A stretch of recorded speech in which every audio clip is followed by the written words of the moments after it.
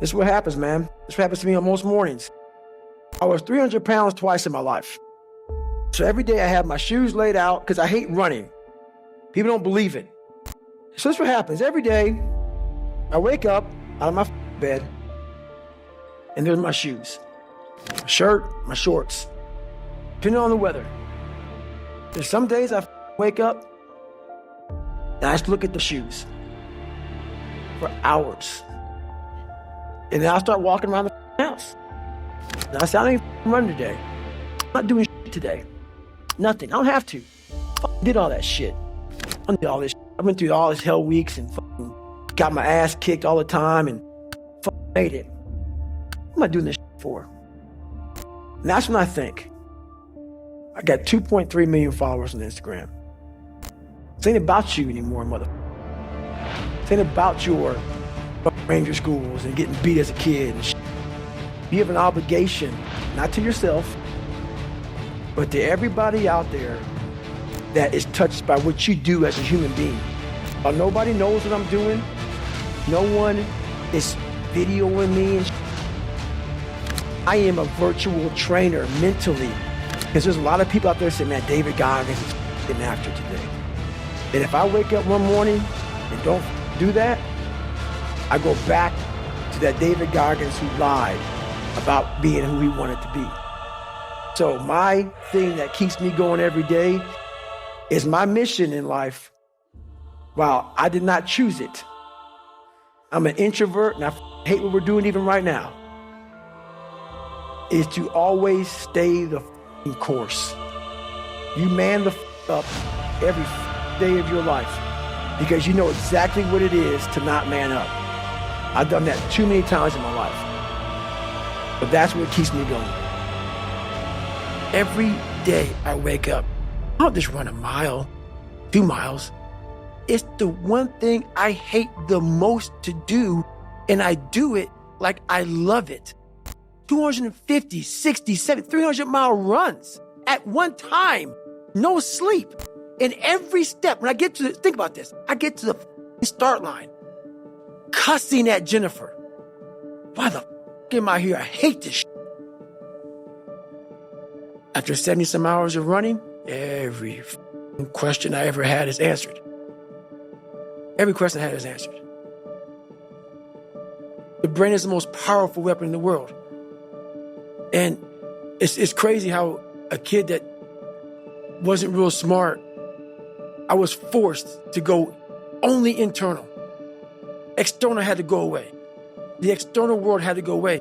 And living so deep inside myself, it was me in this brain and figuring out how this thing works.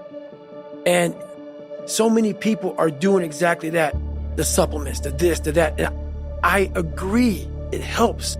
But once you figure out your brain, you become unstoppable to almost anything. Yeah, you can't beat death. You can't whatever.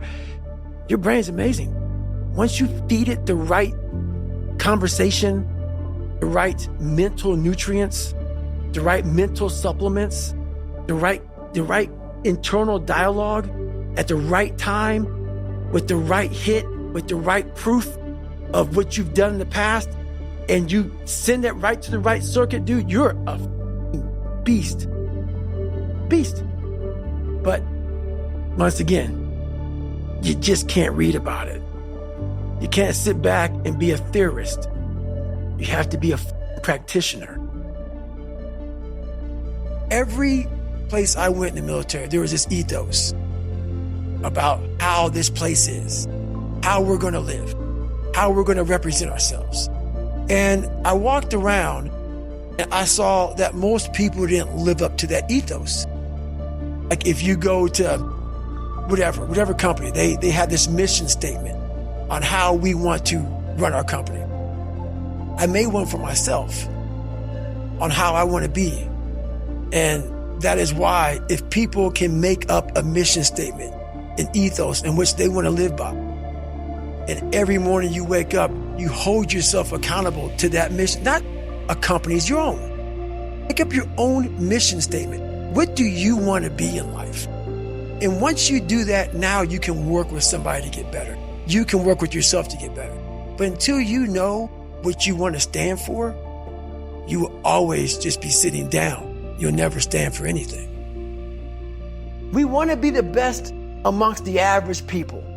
People wonder, how do you stay hungry all the time? Because after I accomplish something, I don't sit back like a lot of guys who graduate buds, graduate this, graduate that. They get comfortable. They wonder why I'm getting weak, man. I don't know, I lost my edge. What's going on? Because once you hit the top of the fucking mountain, guess what happened? I'm good. I'm good. So you wonder why you're falling down now. Because once you reach the top of the mountain, you got to build another one. That's mediocrity. There's a lot of people in mediocrity who have a nice resume, but they're one-timers, man. They hit a one-time deal. They busted it open, got a lot of money, but they're good. You're mediocre now, man. What are you doing today, tomorrow, the next day? That's why I don't listen to theorists. I don't listen to all that bullshit. I listen to a motherfucker like this, man. What's wrong, man? I'm tired, dude. Why are you tired? Because tomorrow, I gotta do the shit again, man. Whatever the shit is that made me nauseous and sick to my stomach, it made me hurt. There's no ending. And that's the person I listen to. That's the person who's gained knowledge. You gain knowledge through suffering.